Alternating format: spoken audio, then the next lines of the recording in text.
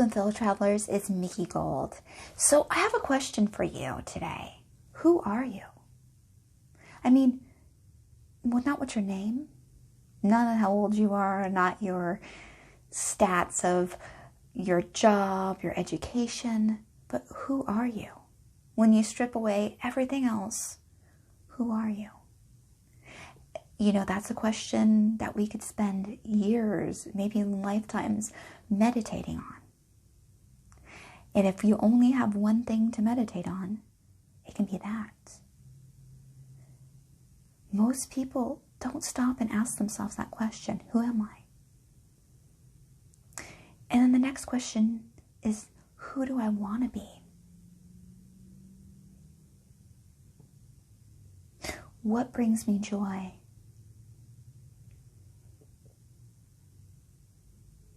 How do I want to leave this world? What legacy do I want to leave this world? These are just some things to ask ourselves, besides the questions of what brings me joy?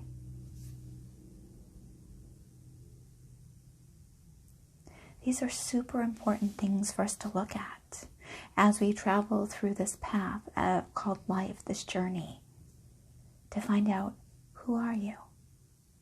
At your deepest level, at the deepest core, not I'm an American, I'm a female. None of those are the true answers. And I have no answer for you.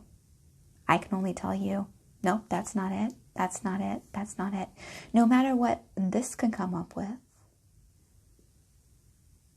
none of those answers are correct.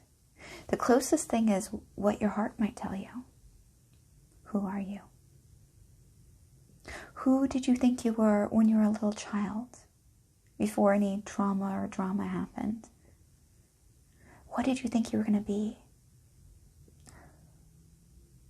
And then another question to ask ourselves, what would our little younger selves, our 5-year-old, 8-year-old selves, what would they think of us now? And if they had our ability right now to do, be, and have anything we have, what would they do? What would your 5-year-old, 8-year-old want to actually be doing? And are you doing those things? I know sometimes we can get constrained by jobs and, you know, the need for daily necessities and basics sometimes. But separate from that, who we are is not our job. It's not our socioeconomic status. It's not our house. It's not our car or lack thereof. As we can see from this current struggle, this current crisis, this current obstacle, depending on how you look at it, that has been thrown at the whole globe, we can see in an instant how if we define ourselves by our jobs, there's 38 million new people filing for unemployment in our country.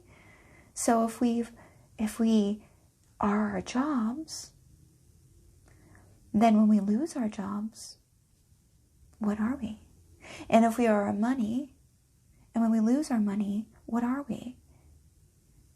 I mean, all this, anything physical, anything tangible is not who you are.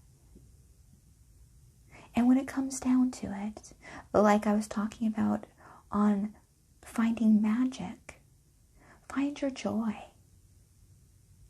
Joy is super magical. Find your bliss, as they say. And again, this doesn't necessarily mean your career. Because even when we work, say you worked 80 hours a week, there's still time in between. And some jobs, I've had more than my few shares of jobs that you have time. You have time to think. You have time to, so no matter, even if you're working, if you have a job that some parts of it are, you could kind of be manually doing something, For instance, when I was working at the physical therapy office, when I'm folding towels and doing laundry, my mind could be anywhere else. I mean, when you've learned to fold sheets and you've learned to fold towels, it doesn't take a lot of. So I had time in here to have discussions with myself. I had time to think about the things that make me happy. I had time to ask myself the questions.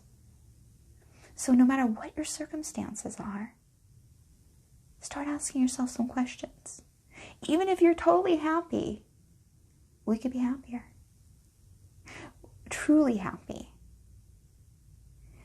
Because no matter how many people and how many things we have in our life, the most important relationship we have is with ourselves. It's something that you hear all the time, we really need to learn to love ourselves. Because when we truly love another human being, we have to love us first. Because we can't give what we don't have. So check it out. Ask yourself as you drift off to sleep. Ask yourself when you wake up. Ask yourself as you're washing dishes, doing anything, who am I? And then ask, who do I want to be? What do I want? What brings me joy? Bring your hand over your heart as often as you can and ask your heart what it truly desires. And again, call upon that inner child. Find your bliss. Find your joy. You are worth it. You deserve it. The truth is, none of us are free until all of us are free. So it's actually our duty to find this out. This is not just, some journey, some vacation travel we're doing when I call you fellow travelers. This is the journey of the lifetime. This is the path, is to know ourselves, to truly know ourselves, and to truly ask that question over and over again. Because even the masters couldn't answer that, and they surely can't answer it for you. Who am I? And who do I want to be? What brings me joy? Ask yourself these questions all the time. How can I bring more love into what brings me love? What brings me peace? What brings me feelings of joy, bliss? Ask questions over and over again. This is the best way to manifest what we want. Send that mind on that search.